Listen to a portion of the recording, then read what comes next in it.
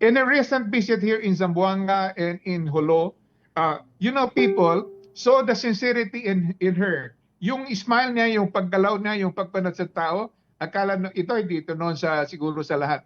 Pero yung mga tao dito were almost unanimous na hindi plastic si Sarah. Na nag-usap, nagganito, inaano na yung bata, yung maski kinakausap niya, yung smile niya, yung face niya, yung simplicity niya, yung nakikita nila sincere si Sarah sa kwan. Now, so yung makikita mo ngayon, although it is a political mechanism, no, yung impeachment to remove an earring or yung nagkakamali natin mga public officials, yung naka-enumerate na sa Constitution. Pero yung after effect, ma-outweigh yung impeachment purpose. At saka hindi naman ito mahirap naman ito papasok, mahirap naman ito si VP Sara with the new requirement of the Supreme Court. Yung mga discuss natin yan. Nag-complain ka, verified complaint. Pag-complain mo, kailangan endorse ni Congressman ganon. Pag-endorse, you refer to the committee. That is the first stage, initiation or indictment stage. So diyan sa initiation, ang tagal-tagal niyan, hindi ang gaya ng dati na bigla-biglaan. Okay, may political kwan. Pero 10 days, and then 60 days siya pag nandun na sa plenary. Kailangan ma-resolve niya. 60 days, that is 2 months. And then, yan lang sa justice system.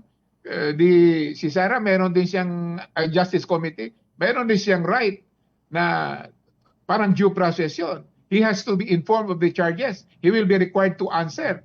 Okay, so ang tagal-tagal niya dyan, in-specify na ng Supreme Court ngayon.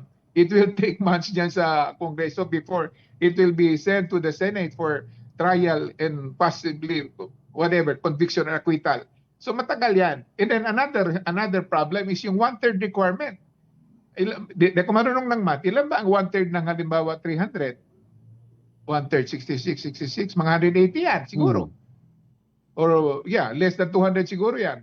So at this moment, yung history natin, yung mga ganyan, di ba iisipin ng other congressmen dyan from Mindanao, especially from Mindanao, na pagsusuporta sila ngayon against Sara, baka matalo sila sa eleksyon. Hindi na yan gaya nung dati.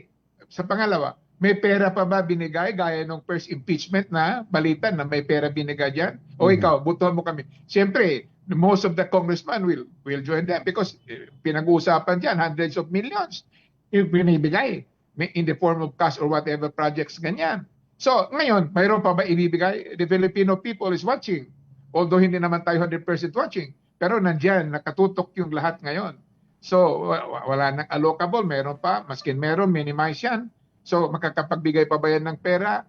And knowing the personality of Boji, Speaker Boji, this is a very aggressive, very reserved guy. I don't think, no. In fact, I don't think na it will prosper there. I don't think it will be sent to the Senate. Now, granted that it will be sent to the Senate, it requires another 2/3 votes. And now Sara has 9 votes already. Now, 2/3 of 24 is of all members of the Senate, of all senators. Ang computation ng 2/3 yan, yun is 16. And the majority now is only 15. So kulang pa sila ng isa. I mean, this is a sheer waste of money. Why not concentrate on the problems of the nation, the pressing problems of the nation?